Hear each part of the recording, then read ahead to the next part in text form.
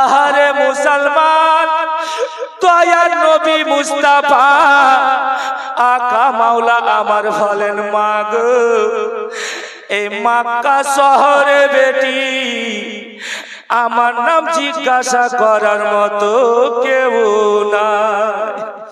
বলি মা শোনো গো, আমাকে চিনতে পারলে না মা?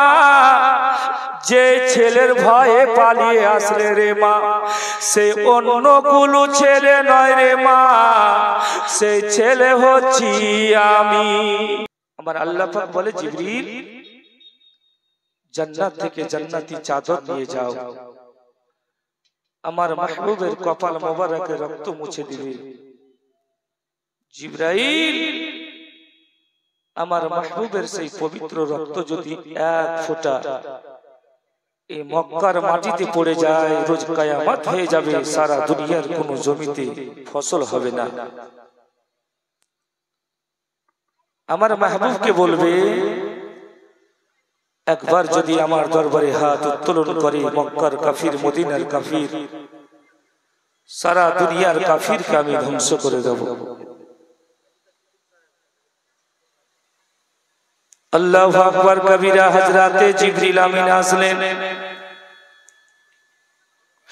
দয়ার নবী মুস্তাফা কামলিওয়ালা আকা মাওলাকে বলেন, ইয়া রাসূলুল্লাহ, ইয়া হাবিবি আকা, আপনি আপার জন্য কাঁদছেন হুজুর, আপনি মায়ের জন্য কাঁদছেন। ইয়া রাসূলুল্লাহ, আপনি দাদর জন্য কাঁদছেন আকা, আর মক্কার কাফিরেরা এখন পর্যন্ত আপনাকে চিনতে পারল না। আল্লাহু আকবার কবিরা। ইয়া রাসূলুল্লাহ, একবার যদি আপনি হাত উত্তোলন করেন আকা, আমার আল্লাহ পাক মক্কার কাফিরকে ধ্বংস করবে, মদিনার কাফিরকে ধ্বংস করবে। ইয়া রাসূলুল্লাহ, শুধু মক্কার কাফির নয়, শুধু মদিনার কাফির নয়, ইয়া রাসূলুল্লাহ, সারা দুনিয়ার কাফিরকে আল্লাহ পাক রব্বুল আলামিন ধ্বংস করবে। দয়ার নবী মুস্তাফা আমার আপনার মতো যদি থাকতো, দুশমনের জন্য বাদদুয়া করে দিত। আল্লাহু আকবার কবিরা। দয়ার নবী মুস্তাফা কামলিওয়ালা আকা মাওলা আমাদেরকে কত ভালোবাসতেন, উম্মতগণকে কত ভালোবাসে। নবী আমার হাত জানো উত্তোলন করলে কাঁদতে লাগলে। অন্তর্যামী খোদা, মক্কার কাফিরকে আমি ধ্বংস করতে চাই না আল্লাহ, মদিনার কাফিরকে ধ্বংস করতে চাই না, সারা দুনিয়ার কাফিরকে আমি ধ্বংস করতে চাই না। ওগো রব্বুল আলামিন, হে আমার কষ্টের বিনিময় আল্লাহ গো, তাদেরকে হেদায়াত দাও, তারা জানো কলমা পড়ে না। ওগো রব্বুল আলামিন, হে আমার কষ্টের বিনিময় আল্লাহ গো, আমার গুনাহগার উম্মতগণের জীবনের গুনাহ মাফ করে দিও। দয়ার নবী মুস্তাফা আমাদেরকে কত ভালোবাসতেন। নবী আমার যখন জগতে আসলেন, উম্মতের জন্যই কেঁদেছিলেন। দয়ার নবী মুস্তাফা আমার যতদিন দুনিয়ায় ছিলেন, উম্মতের জন্যই কেঁদেছিলেন। নবী আমার আজকে মদিনায় আরাম করছেন, তো গুনাহগার উম্মতের জন্যই কাঁদছেন। জোরে বলুন সুবহানাল্লাহ। মুআজ্জাজ সে নবী মুস্তাফার এই মাহফিল, সেই নবী মুস্তাফার এই মাহফিলে সিরাত বয়ান হচ্ছে, জীবনী বয়ান হচ্ছে। তো দয়ার নবী মুস্তাফা আমাদের জন্যই কাঁদতে কাঁদতে এই দুনিয়া থেকে পর্দা হয়েছে। হায় রে মুসলমান, আজকে আমরা দয়ার নবী মায়ার নবী মুস্তাফা কামলিওয়ালা আকা মাওলার হাদিসকে মানতে পারলাম না, হাদিস মোতাবিক চলতে পারলাম না। নবী মুস্তাফার অর্ধাঙ্গিনী স্ত্রী হযরত মা খাদিজাতুল কুবরা রাদিয়াল্লাহু তাআলা আনহা এত পয়সাওয়ালি ছিল, সেই টাইমে তার চাইতে কওরির কাছে পয়সা বেশি ছিল না।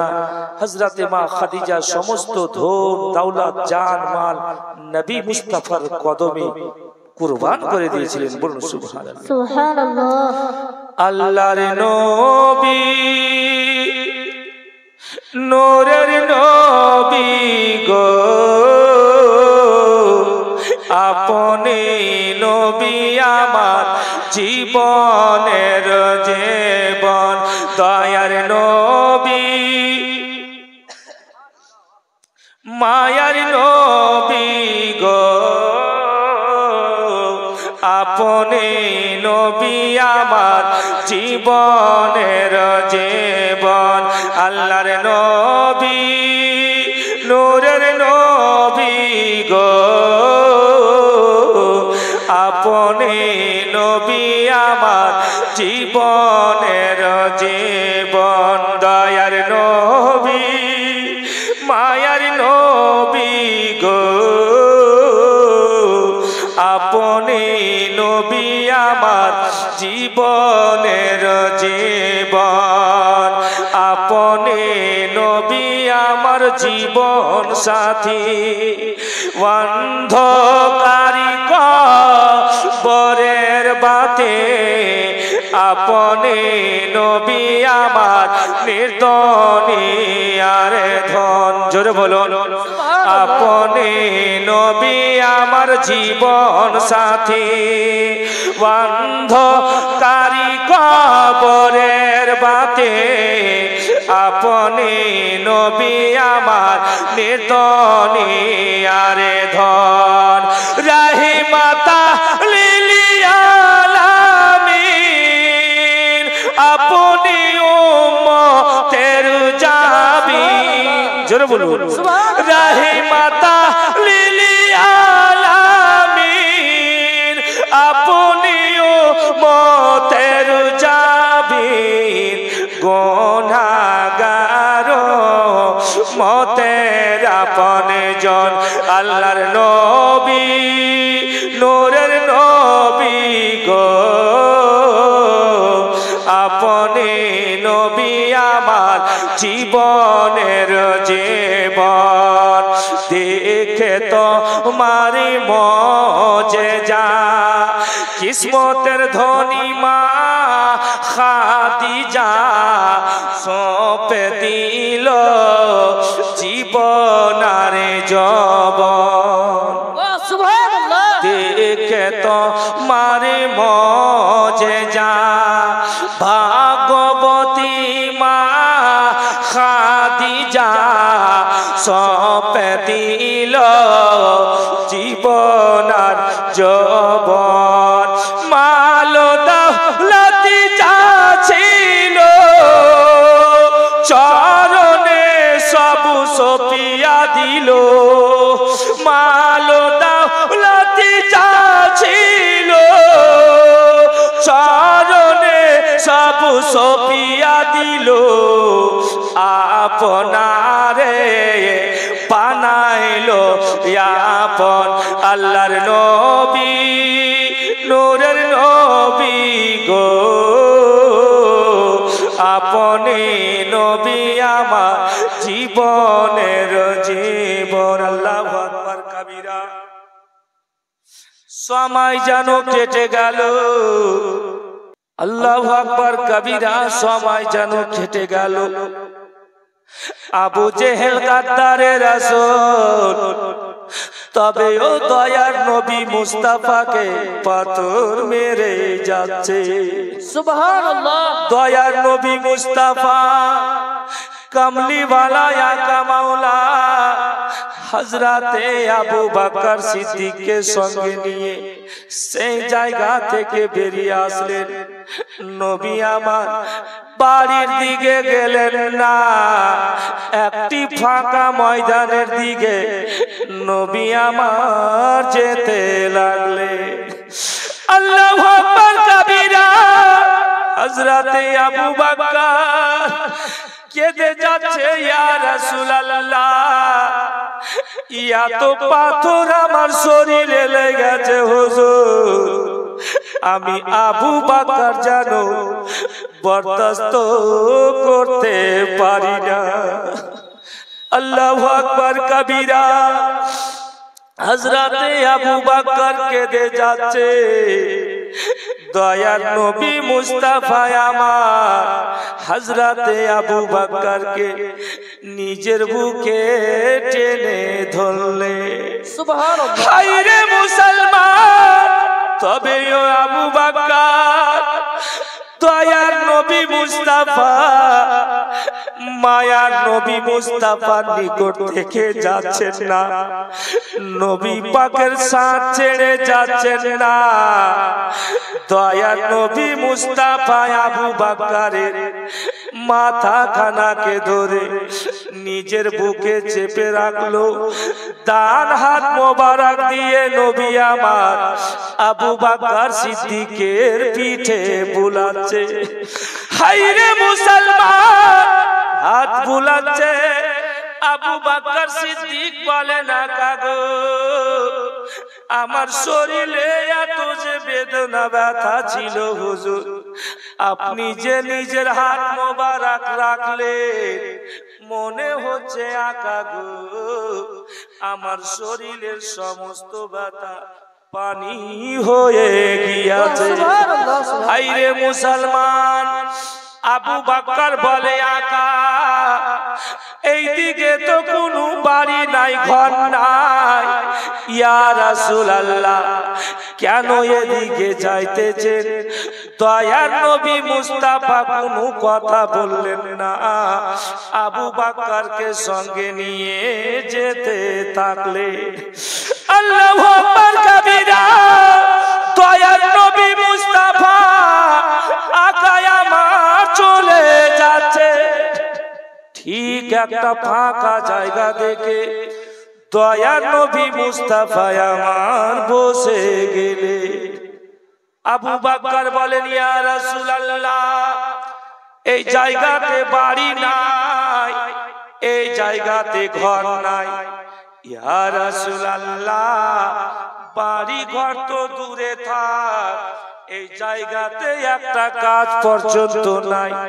আকা গো দুপুহারের সময় বালিগুলি গরম, কুচি কুচি পাথর পর্যন্ত গরম, সূর্য রশ্মি অতিরিক্ত। আহারে মুসলমান, আবু বকর বলেন, ইয়া রাসূলুল্লাহ কেন এই জায়গাতে বসলেন? দয়ার নবী মুস্তাফা আমার আবু বকর সিদ্দিকের দিকে চেয়ে আছে, কোনো কথা বলছে না। হঠাৎ যেন দেখছে তো একটি বয়স্ক করে মহিলা, বয়স্ক করে মা, একটি ছোট্ট পটলি মাথায় নিয়ে সে রাস্তা দিয়ে চলে আসে। আল্লাহু আকবার কবীরা। যেমনই বয়স্ক মহিলাটি নবী পাকের সামনে আসলেন, দয়ার নবী মুস্তাফা আমার দাঁড়িয়ে গেলেন। বলে, মা গো দুপুহারের সময় বেটি বালুগুলি গরম, তোমার পায়ে জুতা চাপ্পাল নাই রে মা, তুমি কোনখানে চলে যাচ্ছ? আহারে মুসলমান, ইসলাম দরদি আব্বাজি, ও ভাইয়েরা একটু মনোযোগ দিয়ে শুনবেন। নবী আমার বলছে, মা গো তুমি কোনখানে চলে যাচ্ছ? হায়রে বয়স্ক বলছে, বেটা তুমি কি জানো না বাপু, মক্কা নগরে একজন ছেলে এসে যার নাম হলো মুহাম্মদ। বলি লালামাত দয়ার নবী মুস্তাফা বলে মাগো মুহাম্মদ নামের ছেলে মক্কাতে এসে তো তুমি কেন পালা? হায়রে বয়স্ক মহিলা বলে বেটা সেই মুহাম্মদ মক্কাতে যে এসে নতুন ধর্মের প্রচার করে, নতুন কলমার প্রচার করে, তাই বলে বেটা আমি চলে যাচ্ছি। নবী আমার বলছে মা সে মুহাম্মদ নতুন কলমার প্রচার করছে, নতুন ধর্মের প্রচার করছে, তোমার কি অসুবিধা? তুমি কেন পালাচ্ছ বেটি? নবী পাকের ভয়ে পালাচ্ছে আর নবী পাককেই বলছে। আল্লাহু আকবার। তো বয়স্ক বলছে বেটা সেই ছেলেটা খুব সুন্দর, তার কথা খুব মিষ্টি মাখা কথা, তার কথা খুব মায়ামুখী কথা, তাই বলে বেটা পালাচ্ছি। তার সামনে যেই কেউ যাচ্ছে নিজের বাপ দাদা ধর্মকে ত্যাগ করে দিয়ে ছেড়ে দিয়ে তার ধর্মকে মেনে নিচ্ছে, তাই বলে বেটা আমি পালাচ্ছি, আমার ধর্ম যেন বরবাদ না হয়। আল্লাহু আকবার কবীরা। নবী মুস্তাফার ভয়ে পালাচ্ছেন। দয়ার নবী মুস্তাফা বলে মাগো শোনো, দাও বেটি তোমার পটলিটা আমার মাথায় দাও। জোরে বলুন সুবহানাল্লাহ। আল্লাহু আকবার কবীরা। নবী পাকের ভয়ে পালাচ্ছে আর দয়ার নবী মুস্তাফাই বলছে মাগো তোমার পটলিটা বেটি আমার মাথায় দাও। সুবহানাল্লাহ। চলো মা যত দূর পর্যন্ত যাবে আমি পটলিটা নিয়ে গিয়ে রেখে আসি। আল্লাহু আকবার কবীরা। দয়ার নবী মুস্তাফা যেমনই এই কথাটি বললেন বয়স্ক যেন চিন্তায় পড়ে গেল। মনে হচ্ছে ছেলেটা ভালো না, আমার পটলি তাকে যে দিব আমার পটলি নিয়ে মনে হচ্ছে ভেগে যাবে। না, আমার এই পটলি দিব না। হযরতে জিবরিল আমিন আসলেন, ইয়া রাসূলুল্লাহ আপনি নাকি তার পটলি নিয়ে পালিয়ে যাবেন? তাই বলে বয়স্ক মহিলা বয়স্ক মা আপনাকে পটলি দিবে না, মুখতাসার পটলি দিবে না। যেমনই বললেন দয়ার নবী মুস্তাফা চট করে সে বয়স্ক মায়ের হাত থেকে পটলি খানাকে নিয়ে মাথায় নিয়ে হাঁটতে লাগলেন। জোরে বলুন সুবহানাল্লাহ। বয়স্ক চিন্তায় চিন্তিত, নবী আমার আগে আগে চলে যাচ্ছে, বয়স্ক পিছন পিছনে চলে যায়। আহারে মুসলমান, এই সব কথা যখন সামনে আসছে দিল ভেঙে যাচ্ছে। ইয়া রাসূলুল্লাহ সেই টাইমে যদি আমরা থাকতাম তো আপনার সাথেই থাকতাম, আপনার কদমের নিচেই থাকতাম। মনে বড় আশা আছে যাব মদিনা। জোরে বলুন সুবহানাল্লাহ। মনে বড়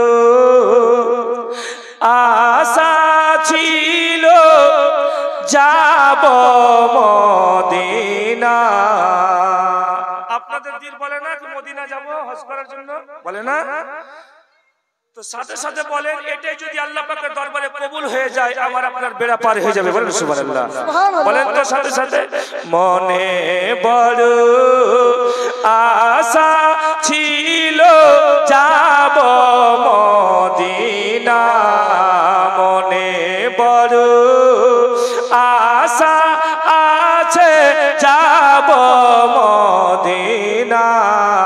সালাম আমি করিব গিয়ে, সালাম আমি করিব গিয়ে ওই নবীর রওজায়। মনে বড় আশা। কেমন হইল বাংলাদেশি ঢোকলা দেখছি যেমন ছেলেগুলোকে বলো। মনে বড় আশা ছিল যাব মদিনা মনে বড় আশা আছে বাহ একটু আর জোরে মনে বড় আশা ছিল মদিনা মনে বড় আশা আছে যাব মদিনা সালাম আমি করিব গিয়ে ওই নবীর রওজায় মনে বড় আশা ছিল না মনে বড় আশা আছে যাব মদিনা মনে বড় আশা মদিনা মনে বড় আশা আছে যাব মদিনা আরব সাগর পাড়ি দেব নাই যে আমার তরি তরি মানে হচ্ছে নৌকা লাও বলেন সুবহানাল্লাহ আরব সাগর পাড়ি দেব নাই যে আমার তরি পাখি নয় যে উড়ে যাব ডানাতে ভারী করি আমার আশা আছে সম্বল না করি কি উপায় মনে বড় আশা ছিল যাব মদিনা মনে বড় আশা আছে আল্লাহু আকবার কবিরা দয়ার নবী মুস্তাফা পটলিটা নিয়ে চলে যাচ্ছে হাইরে বয়স্ক মা অল্পটুকু দূর গিয়ে বলে বেটা একটু দাঁড়াবে বাপু নবী আমার দাঁড়িয়ে গেলেন বলে মারে এই জায়গাতে কোনো বাড়ি ঘর নাই কোনো মানুষ পর্যন্ত দেখা যায় না মা কে তোমাকে কষ্ট দিল বেটি কেন তুমি চিৎকার করো আল্লাহু আকবার কবিরা দয়ার নবী মুস্তাফা আমার যেমনই বললেন মা গো কেন চিৎকার করো বেটি হাইরে বয়স্ক মা বলে বেটা আমার পায়ে কোনো জুতা চপ্পল নাই মা বালিগুলি গরম কুচি কুচি পাথর রয়েছে লালামার আর জানো বেটা আমি চলতে পারি না বলি বেটা শোনো গো একটু যদি আরামের জায়গা দিতে আমি আরাম করতাম বড় খুশি হতাম নবী আমার বলে মা এই জায়গাতে তো বাড়ি ঘর নাই ওই সামনে দেখতে পাচ্ছ বেটি দুইখানা যে গাছ দেখা যাচ্ছে রে মা চলো বেটি এই গাছের নিচে তোমাকে আরামের জায়গা দিব আল্লাহু আকবার কবিরা দয়ার নবী মুস্তাফা আকায় আমার চলে যাচ্ছে ঠিক যেন গাছের নিকটে পৌঁছে গিয়েছে বয়স্ক বলে মা বেটা আমাকে একটু আরামের যদি জায়গা না দাও আমি আর চলতে পারবো না আহারে মুসলমান দয়ার নবী মুস্তাফা বয়স্ক মাকে গাছের নিচে বসালেন আর নবী আমার দ্বিতীয় গাছের নিকট নিচে বসলেন গাছে মাথা লাগিয়ে নবী আমার চোখ যেন বন্ধ করে আছে সূর্য রশ্মি সূর্যর কিরণ যেন দয়ার নবী মুস্তাফার চেহারাতে পড়ে আমার আল্লাহ বলে এই দুনিয়ার পশু পাখিরা দুনিয়ার জানবরেরা তোমরা কি দেখতে পাও না আমার মাহবুব গাছের নিচে যে আরাম করছে সূর্য রশ্মি আমার মাহবুবের মুখের উপরে যে পড়ছে, যাও গো তোমরা কেউ গিয়ে তাড়াতাড়ি করে আমার মাহবুবের মুখের উপর থেকে সূর্য রশ্মিটাকে ছায়া করো। সুবহানাল্লাহ। আল্লাহু আকবার কাবীরা। আমার আল্লাহ পাক যেমনই বললে, জঙ্গল থেকে দুইখানা বিষাক্ত সাপ যেন বেরিয়ে আসছে। হাইরে বয়স্ক মা, সেই সাপের দিকে দেখে আছে, সাপ দুটি যাবে তো যাবে কোন দিকে? দেখছে তো সাপ দুটি যেন দয়ার নবী মুস্তাফার দিকে চলে আসে। হাইরে বয়স্ক মা চিৎকার করে আওয়াজ করছে, বেটারে আর তুমি আরাম করিও না বাপু, তাড়াতাড়ি করে চোখ খুলে দাও। দয়ার নবী আমার চোখ বন্ধই করে আছে। হাইরে দুইটি বিষাক্ত সাপ নবী পাকের কাছে এসে মুখের উপরে দুই দিক থেকে ফেনা করে দাঁড়ালো। নিজের ফানাতে সূর্য রশ্মি তাপকে ছায়া করলো। বয়স্ক যেন চিৎকার করে যাচ্ছে, বেটা চোখ খুলো, চোখ খুলো। দয়ার নবী মুস্তাফা আমার চোখ খুললেন, বলে মা গো, এই জায়গাতে বাড়ি ঘর নাই, মানুষজন নাই, কে তোমাকে কষ্ট দিল বেটি, কেন চিৎকার করো? বয়স্ক মা বলেন, বেটা নিজের চোখে দেখলাম রে বাপু, দুইখানা সাপ তোমার পাশে দাঁড়িয়েছিল, তাই বলে চিৎকার করছিলাম। মনে হচ্ছে বেটা তোমাকে সাপে কেটে নিবে। নবী আমার বলে, মা এখন পর্যন্ত বেটি তুমি আমাকে চিনতে পারলি না। কবি কি বলেন, বলে মা তুমি চিনো না,